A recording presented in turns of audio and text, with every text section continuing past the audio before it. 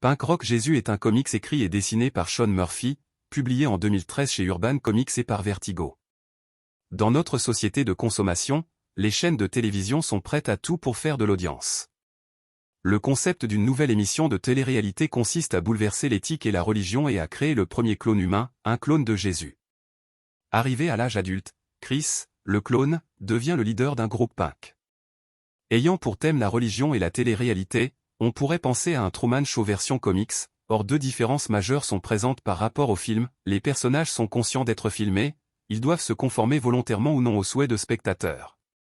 La seconde étant que le personnage principal est le chef de la sécurité, un ancien du groupe terroriste de l'IRA, une organisation paramilitaire républicaine irlandaise, toujours croyant, cherchant à s'amender de son passé.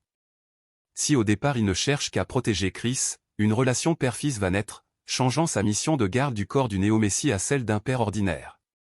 Chris se rapproche plus de Jésus en refusant son statut et le système établi plus qu'en acceptant les préceptes bibliques, déplaisant ainsi aux groupes religieux les plus radicaux, ces groupes préférant à coup sûr éliminer tous nouveaux prophètes plutôt qu'accepter une évolution des religions.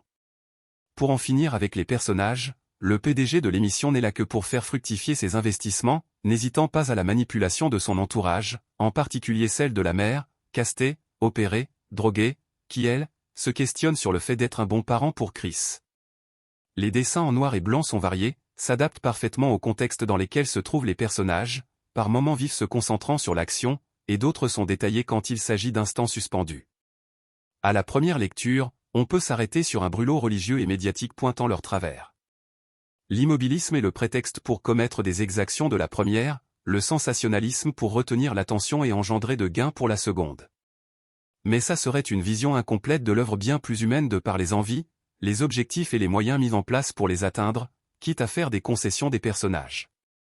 La réflexion se porte surtout sur les croyants, ils font les croyances plus que les écritures.